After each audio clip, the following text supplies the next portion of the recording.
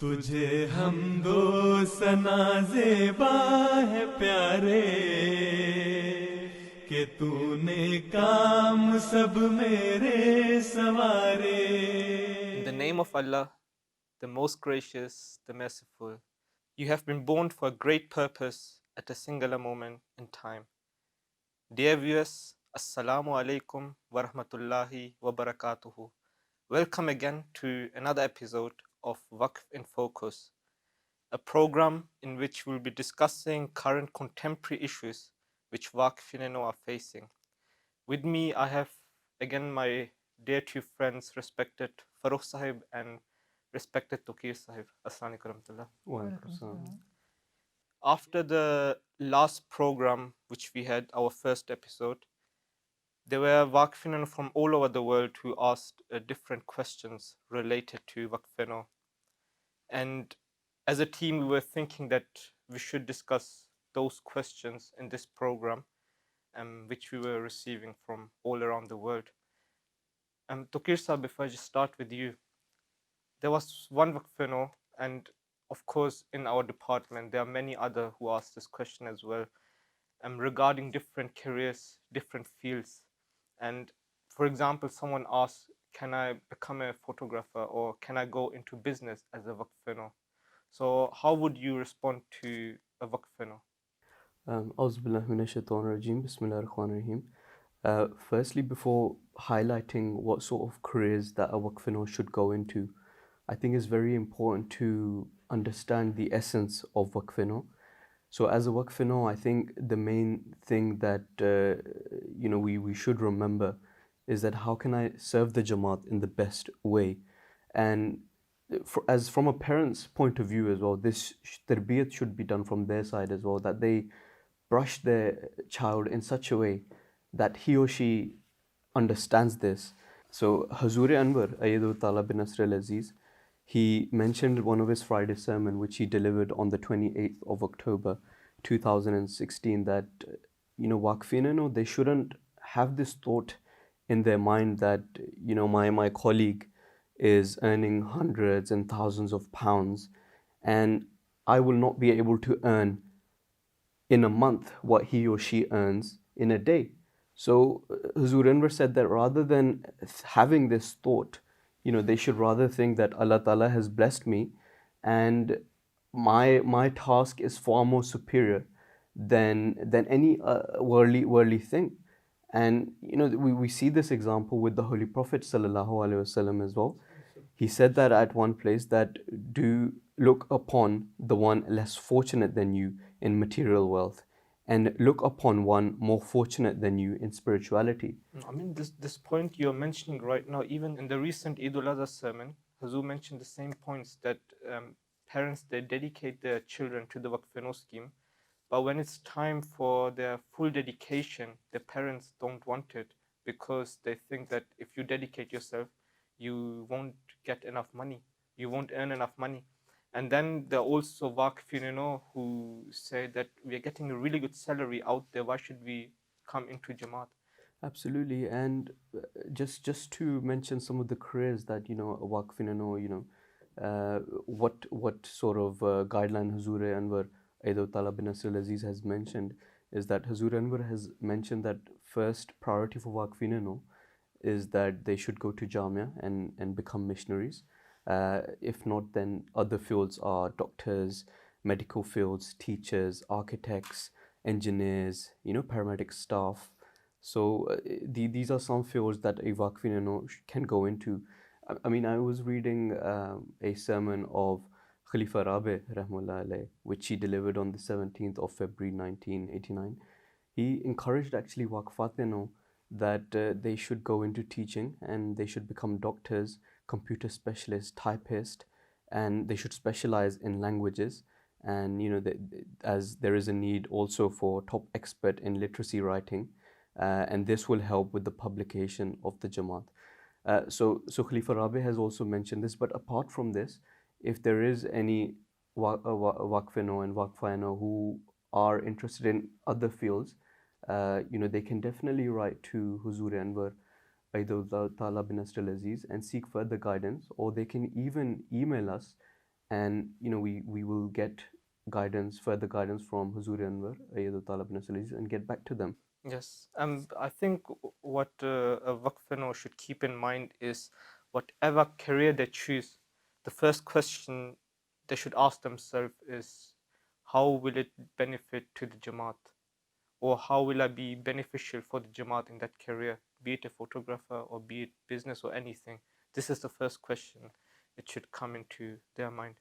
Before we continue and go to Farukh Sahib, I would like the viewers to listen to this short clip of Huzoor-e-Anwar, where Huzoor is mentioning that a Waqf should never have this concept of materialism in mind and never think of how much he will be earning if he goes out there, if he comes within the Jamaat to serve full time.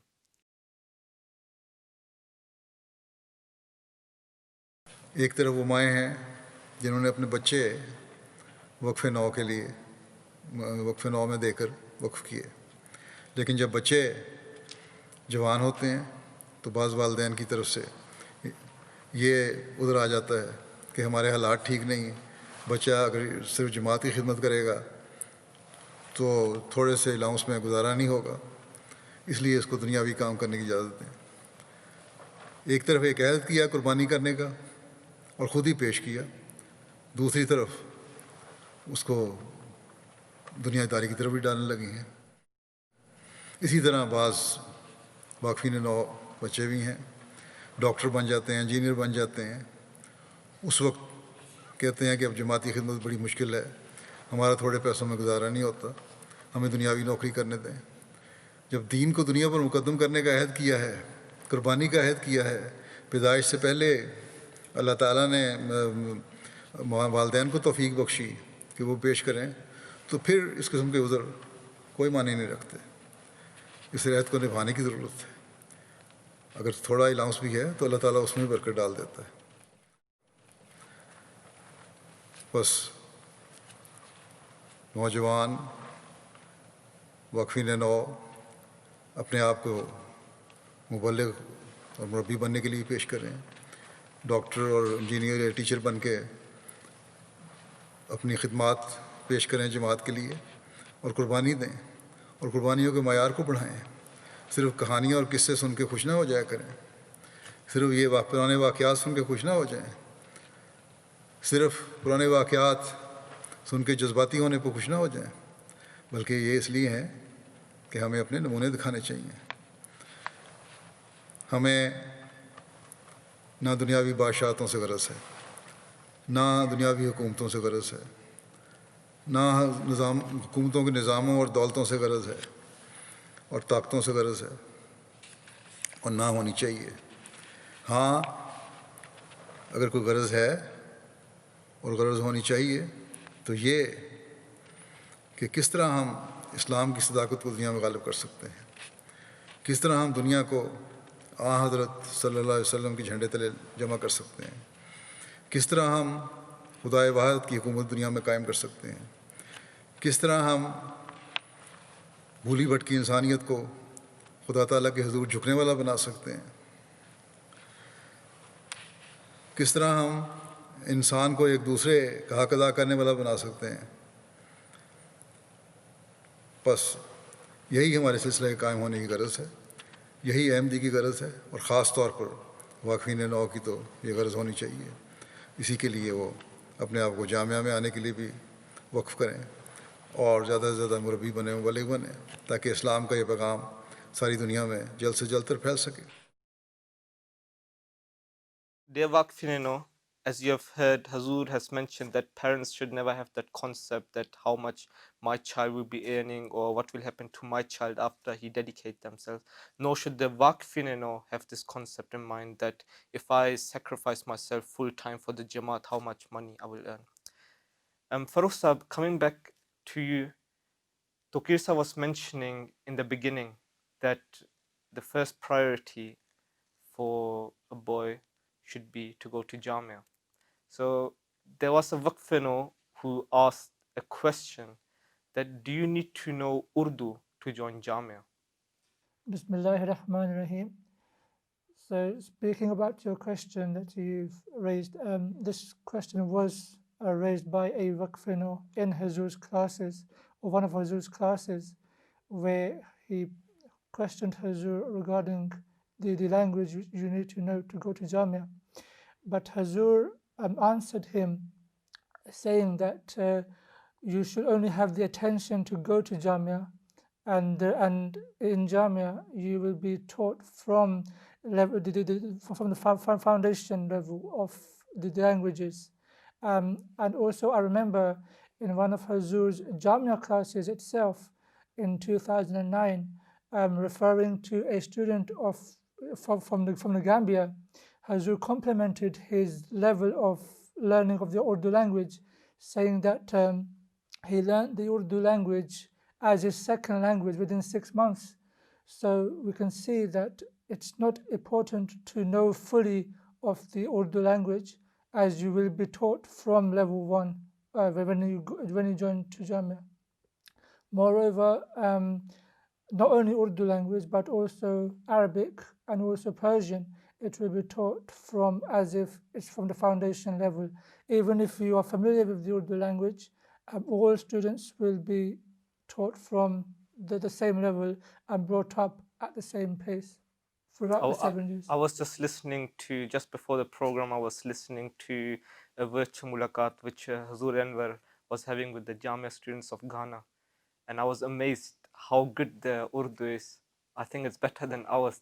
I was just listening to it. It was just amazing. Huzoor was interacting with them in Urdu and they were answering back in Urdu. And they were not just students from Ghana, even from Kazakhstan or from Jordan. So different international students. Also, we see that even not now, even before, when only Jamia was established in Rabwa, we see some renowned missionaries which were not from the Pakistani descent, they were from foreign descent, but now they have the knowledge of Urdu language. I know Wahab Adam Sahib from Ghana, he also graduated from Rabwa, and his Urdu was to the level that he could communicate with the Pakistanis or his class fellows. They could even speak Punjabi. Yes, obviously. Even I can't speak Punjabi. Just understand it. Just moving on from there, Touqeer Sahib, a Waqf-e-Nau asked a question that, for full time, you need to have permission from Huzoor. You need to ask Huzoor-e-Anwar for permission. And Huzoor has mentioned as well, in every single step of your life, you need to ask Huzoor-e-Anwar.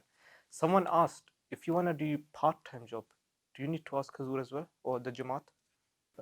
So as you've mentioned correctly that there's different types of Waqifeen-e-Nau. There's Waqifeen-e-Nau who even to work part-time they will write to Huzoor-e-Anwar that they would need permission to work, and there are even some Waqifeen-e-Nau who are working in various fields but they have not sought guidance from Huzoor-e-Anwar or permission. So I think it's very important here to understand that as a Waqf-e-Nau, when you reach the age of 15 or 20, 21, you have to reconfirm. Similarly, when you finished your studies, it is really important that you inform the Jamaat that, I've completed my studies, now I need permission to work. That is very important. But then if they are studying and, they are doing some sort of part-time job, it's not as if they have to go into very minute detail. But the fact of the matter is that once they have completed their education, then they should definitely write to Huzoor-e-Anwar or write to our office that they have completed their studies and now they want to reconfirm, and if they wish to seek permission to work in various fields, then they should also ask for that. Just moving on to Farukh Sahib, last question for the program which Waqf-e-Nau asked is that the Waqf-e-Nau syllabus, it goes up to the age of 21. If a Waqf-e-Nau has studied the full syllabus and memorized it and knows everything about it, after the age of 21, what should he do? What should he study? So putting this into the secular world, when a child goes to school and studies his curriculum in school, the syllabus laid out is not at a full extent, but it's only a foundation, or it's like a basic guideline of what to study.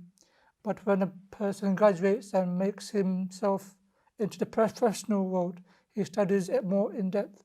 Likewise, the syllabus of Waqf-e-Nau is just laid out as a foundation and as a guideline for parents and the Waqf-e-Nau into what direction a Waqf-e-Nau should be taught and what to learn.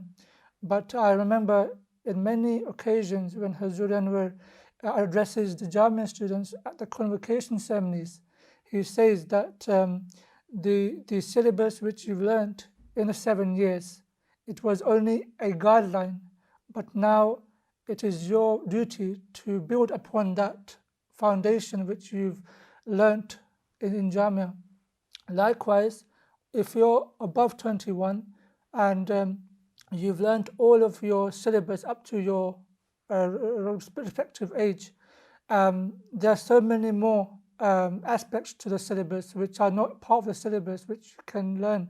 For example, coming back to the mulaqat with Huzoor of the Ghana Majlis-e-Amla, Huzoor said that you should read the books of the Promised Messiah, and I know that there are some categorically mentioned books of the Promised Messiah in the syllabus, but there are vast majority which are not part of the syllabus, but you can study that according to your own accord.